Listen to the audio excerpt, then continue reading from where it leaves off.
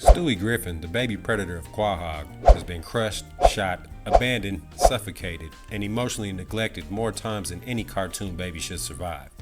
Most of the time it's absurd. But every once in a while, Family Guy forgets the punchline and suddenly the danger feels a little too real. These are the moments where Stewie's plot armor slips and the joke almost doesn't bounce back. Make sure to stick around to the end because you won't believe how they handle Stewie's last injury. Today, Stewie's head changed forever. Before Stewie's football head, there was something almost normal about it.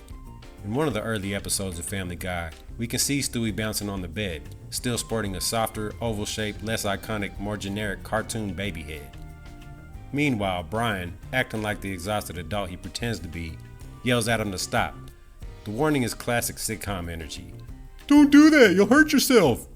And of course, Stewie doesn't listen. He never does. So how did one careless jump turn into the most recognizable head shape in animation history? And more importantly, was this an accident or the moment Stewie truly became Stewie? The hit is quick, but the impact is permanent. And when Stewie pops back into frame, something's different. His head isn't just injured, it's reshaped. Now elongated and stylized, the iconic football head is born. From that moment on, Stewie's design locks into place and so does his identity. The shape makes him look alien, unsettling, smarter than everyone else in the room. It visually separates him from every other baby on television. Fans didn't just accept it, they embraced it. That head became shorthand for danger, intelligence, and chaos wrapped in diapers. It's funny, sure, but it's also poetic. Because Stewie didn't just survive the fall, he also got defined by it. And without that impact, there might not have been an icon at all.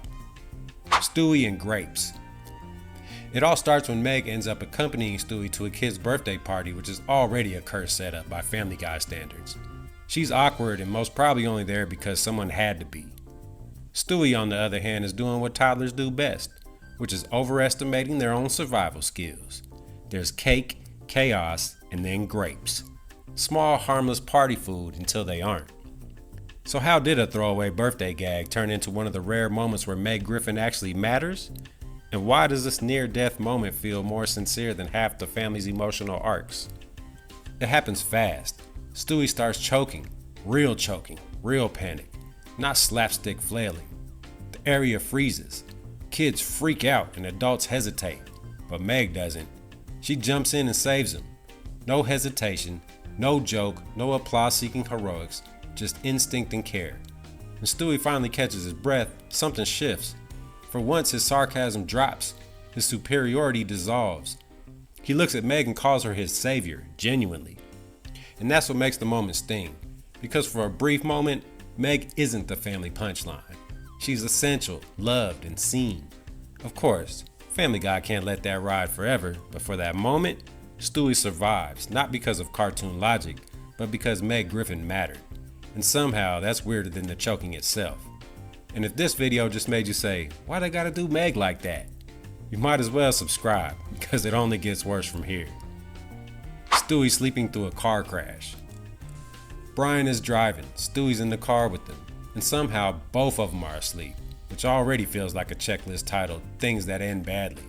There's no build-up, no dramatic music, and absolutely no warning. They're just rolling along, minding their business, and then BAM!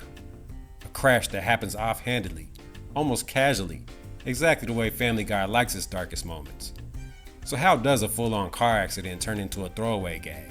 And why does Stewie waking up from it feel more unsettling than if the show had actually treated it seriously?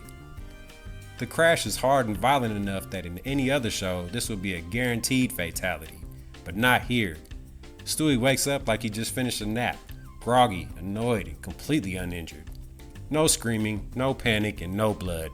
Just a baby stretching and reacting as if the universe just didn't attempt vehicular manslaughter. That's the joke as well as the horror, because the show doesn't even pretend danger matters. Stewie doesn't survive due to luck, skill, or intervention. He survives because the rules bend differently in Quahog.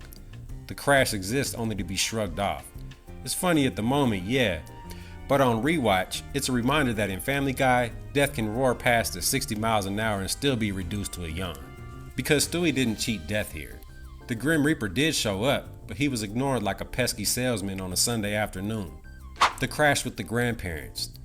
This time, Stewie isn't asleep. He's fully awake, alert, and trapped in the back seat with his grandparents. His grandfather is driving and his grandmother is knitting.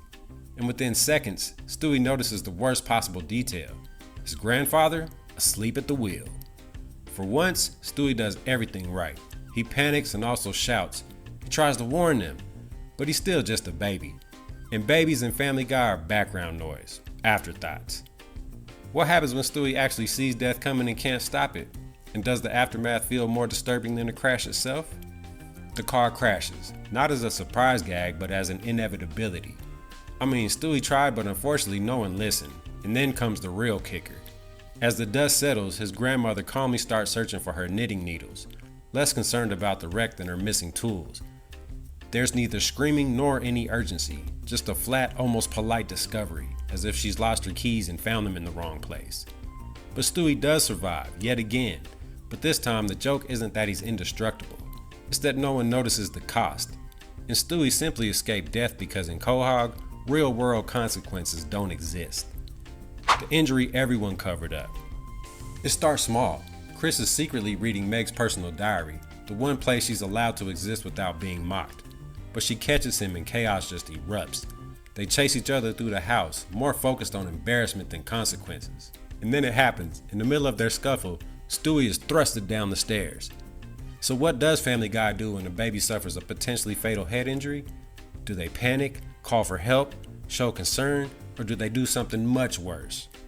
Stewie's melon is cracked open like a watermelon wrapped with too many rubber bands.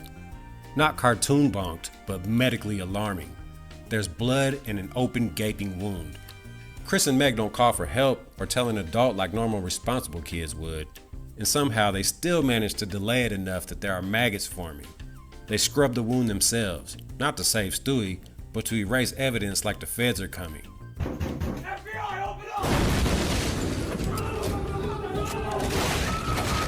It's treated like cleaning a spill up before mom gets home. And when Peter finally discovers what happened, you expect real consequences.